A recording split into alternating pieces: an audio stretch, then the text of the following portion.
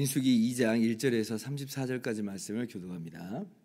여호와께서 모세와 아론에게 말씀하여 이르시되 이스라엘 자손은 각각 자기의 진영의 군기와 자기의 조상의 가문의 기호 곁에 진을 치되 회막을 향하여 사방으로 치라. 동방 해 돋는 쪽에 진칠 자는 그 진영별로 유다의 진영의 군기에 속한 자라. 유다 자손의 지휘관은 암미나답의 아들 나손이요 그의 군대로 계수된 자가 74,600명이며 그 곁에 진칠 자는 이사갈 지파라. 이사갈 자손의 지휘관은 수알의 아들 느다넬이요 그의 군대로 계수된 자가 54,400명이라. 그리고 스불론 지파라. 스불론 자손의 지휘관은 헬론의 아들 엘리압이요 그의 군대로 계수된 자가 57,400명이니 유다 진영에 속한 군대로 계수된 군인의 총계는 186,400명이라. 그들은 제1대로 행진할지니라. 남쪽에는 루벤 군대 진영에 군기가 있을 것이라. 루벤 자손의 지휘관은 스데울의 아들 엘리술이요 그의 군대로 계수된 자가 46,500명이며 그 곁에 진칠 자는 시므온 지파라. 시므온 자손의 지휘관은 수리사대의 아들 술루미엘이요 그의 군대로 계수된 자가 59,300명이며 또 갓지파라. 갓 자손의 지휘관은 루엘의 아들 엘리아삽이요 그의 군대로 계수된 자가 45,650명이니 루벤 진영에 속하여 계수된 군인의 총계는 151,450명이라. 그들은 제2대로 행진할지니라. 그 다음에 회막이 레위인의 진영과 함께 모든 진영의 중앙에 있어 행진하되 그들의 진친 순서대로 각 사람은 자기의 위치에서 자기들의 길을 따라 앞으로 행진할지니라. 서쪽에는 에브라임 군대의 진영에 군기가 있을 것이라. 에브라임 자손의 지휘관은 암미우스의 아들 엘리사마요 그의 군대로 계수된 자가 45,000명이며 그 곁에는 므낫세 지파가 있을 것이라. 므낫세 자손의 지휘관은 부다술의 아들 가말리엘이요 그의 군대로 계수된 자가 32,200명이며 또 베냐민 지파라. 베냐민 자손의 지휘관은 기드오니의 아들 아비단이요 그의 군대로 계수된 자가 35,400명이니 에브라임 진영에 속하여 계수된 군인의 총계는 108,100명이라. 그들은 제3대로 행진할지니라. 북쪽에는 단 군대 진영에 군기가 있을 것이라. 단 자손의 지휘관은 암미사대의 아들 아이에셀이요 그의 군대로 계수된 자가 62,700명이며 그 곁에 진칠 자는 아셀 지파라. 아셀 자손의 지휘관은 오그란의 아들 바기엘이요 그의 군대로 계수된 자가 41,500명이며 또 납달리 지파라. 납달리 자손의 지휘관은 에난의 아들 아히라요 그의 군대로 계수된 자가 53,400명이니 단의 진영에 속하여 계수함을 받은 군인의 총계는 157,600명이라. 그들은 길을 따라 후대로 행진할지니라 하시니라. 이상은 이스라엘 자손이 그들의 조상의 가문을 따라 계수된 자니 모든 진영의 군인 곧 계수된 자의 총계는 603,550명이며 레위인은 이스라엘 자손과 함께 계수되지 아니하였으니 여호와께서 모세에게 명령하신과 같았느니라. 이스라엘 자손이 여호와께서 모세에게 명령하신 대로 다 준행하여 각기 종족과 조상의 가문에 따르며 자기들의 길을 따라 진치기도 하며 행진하기도 하였더라. 아멘. 할렐루야. 하나님의 크신 은혜와 평강이 오늘도 변함없이 여러분 가운데 가득 넘치기를 주님의 이름으로 축원합니다. 우리가 1장에서 그 1차 인구 조사를 우리가 함께 보았죠. 이스라엘 군대가 총수가 60만 3,550명이었다. 12지파 다 합친 숫자가 이제 그렇다라고 하였습니다. 그리고 오늘 이제 2장을 보면 그 군사들을 진영별로 배치하는 것을 보게 됩니다. 그래서 여기에는 이제 머무를 때, 진칠 때 그 진편성, 머무를 때 진편성을 보여주고 있고, 그리고 행진할 때는 그럼 어떤 순서로 행진할 것이냐라고 하는 것을 오늘 말씀이 보여줘요.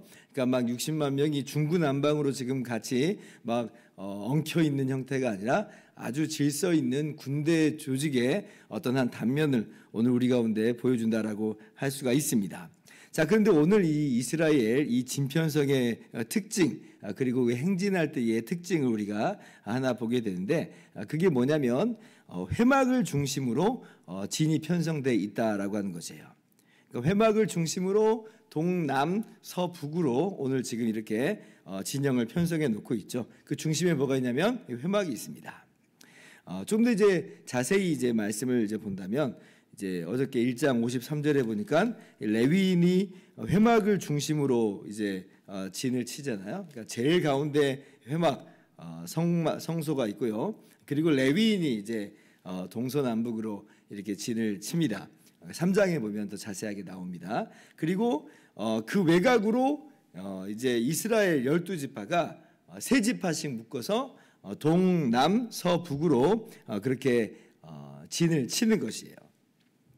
그래서 동쪽을 보면 유다 지파가 중심이 돼서 이 세 지파가 함께 진을 치고 있고, 남쪽은 루벤 지파가 중심이 돼서 세 지파가 또 진을 치고 있고, 서쪽은 에브라임 지파를 중심으로 세 지파가 진을 치고 있고, 북쪽으로는 단 지파가 중심으로 해서 진을 치고 있습니다.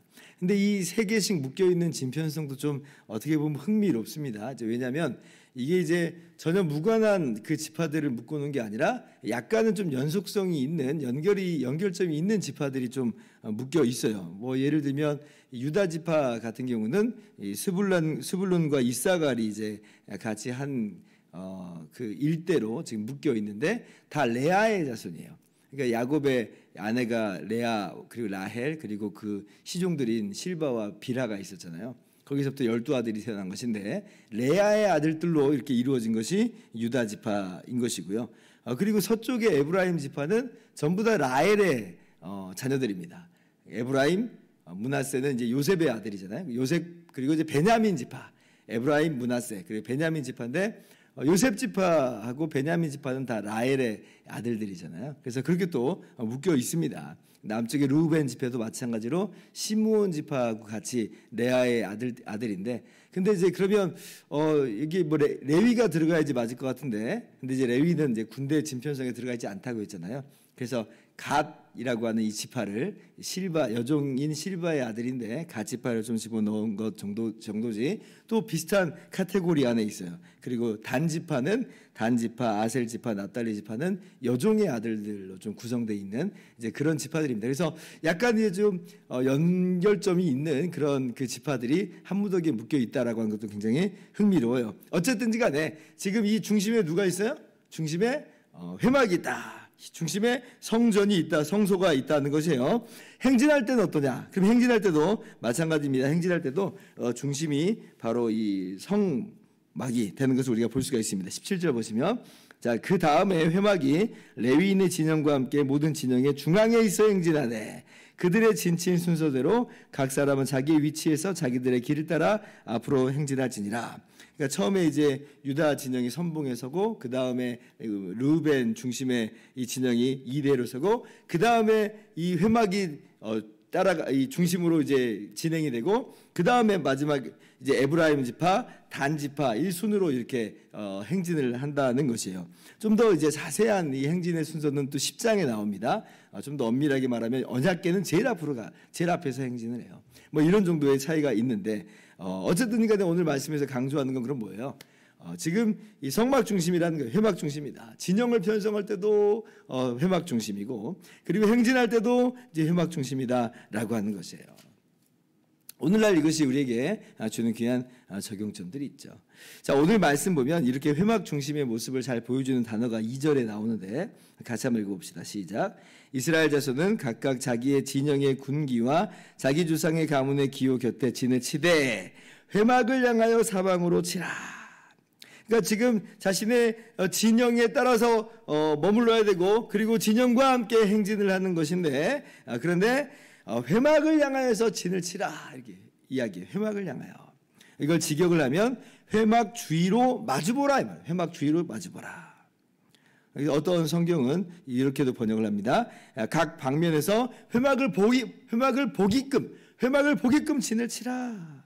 그래서 어떤 이제 주석가는 어쩌면 이제 각각의 텐트가, 그때 이제 텐트 생활을 했잖아요. 텐트의 입구가 전부 다 회막 방향을 향하고 있지 않았을까, 이렇게도 이제 추측하는 주석이 있는데, 어쩌면 그럴 것이에요. 왜냐하면 이스라엘이 이제 행진하고, 그리고 이스라엘이 머무르는 그것이 어떻게 이루어지는 것이냐면, 불기둥과 구름기둥으로 하나님께서 성막 가운데 나타나시고, 그리고 그렇게 해서 이스라엘 백성을 인도하잖아요. 구름기둥이 딱 이제 위로 딱 떠오르면 이제 자리를 걷고, 그리고 이제 떠나야 되는 것이에요.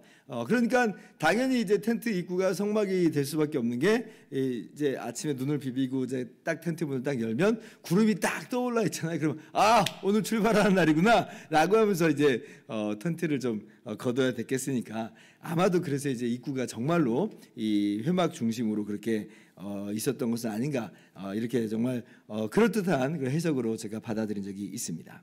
여러분, 그래서 오늘 말씀 볼 때 그렇구나, 이스라엘의 중심은 바로 회막, 하나님께서 임재하신다 말씀하시는 바로 그 회막이로구나 라고 하는 걸 알아야 돼요. 이 행군할 때의 중심도 바로 그 하나님의 임재가 있다라고 하는 그 회막이 중심이다. 즉 하나님 중심이다라고 하는 거예요. 하나님 중심이다. 그럼 우리에게 바로 직접적으로 적용할 수 있을 것 같아요.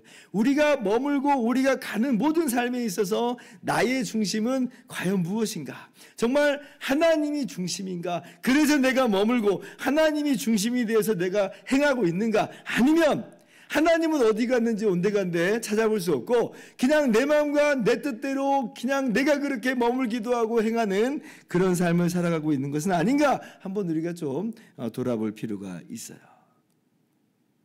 정말 내 중심에 누가 있는가? 혹시 내가 자리하고 있는가? 아니면 정말 예수님께서 말 그대로 우리의 주인으로서, 주님으로서 그렇게 중심에 있는가? 여러분, 우리의 삶이라고 하는 것이 우리가 주인이 아닙니다. 예수님께서 우리의 창조주로서 이미 주인이시고, 그리고 예수님께서 우리를 죄와 사망 가운데서 구원하여 주셨으니, 우리를 죽음에서 다시 살려주셨으니 우리의 구원주세요. 구원자요 구원주님이시다. 그러므로 우리의 중심은 반드시 예수님이 돼야 된다. 그래서 우리가 끊임없이 점검을 해야 됩니다. 나의 가고 머무는 모든 삶에 있어서 지금 예수님이 어디 위치에 있는가? 혹시나 저 주변부로 밀려나 있는 것은 아닌가? 주일날 예배 드릴 때나 좀 가운데 모시고 있지, 우리가 정말 살아가는 우리의 가정에서 또 우리의 직장에서 저 외곽으로 밀려 있는 건 아닌가, 뒷공문에서 혹시 따라오고 있는 것은 아닌가라고 하는 것을 우리가 생각을 해봐야죠. 주님이 우리 가운데 계신 걸 혹시나 심지어는 거추장스러워하는 것은 아닌가, 이것도 한번 돌아보아야 할 것입니다.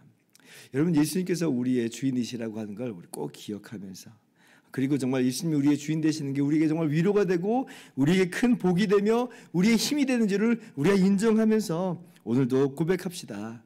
예수님, 주님이 정말 말 그대로 우리의 주인이십니다. 우리의 중심이십니다. 우리가 주님을 중심으로 해서 오늘 또 살겠습니다. 주님을 중심으로 해서 우리가 행하겠습니다. 다짐하고 고백하면서 그렇게 주 앞에 나가는 우리 모두가 될 수 있기를 주님의 이름으로 축원합니다. 기도하겠습니다.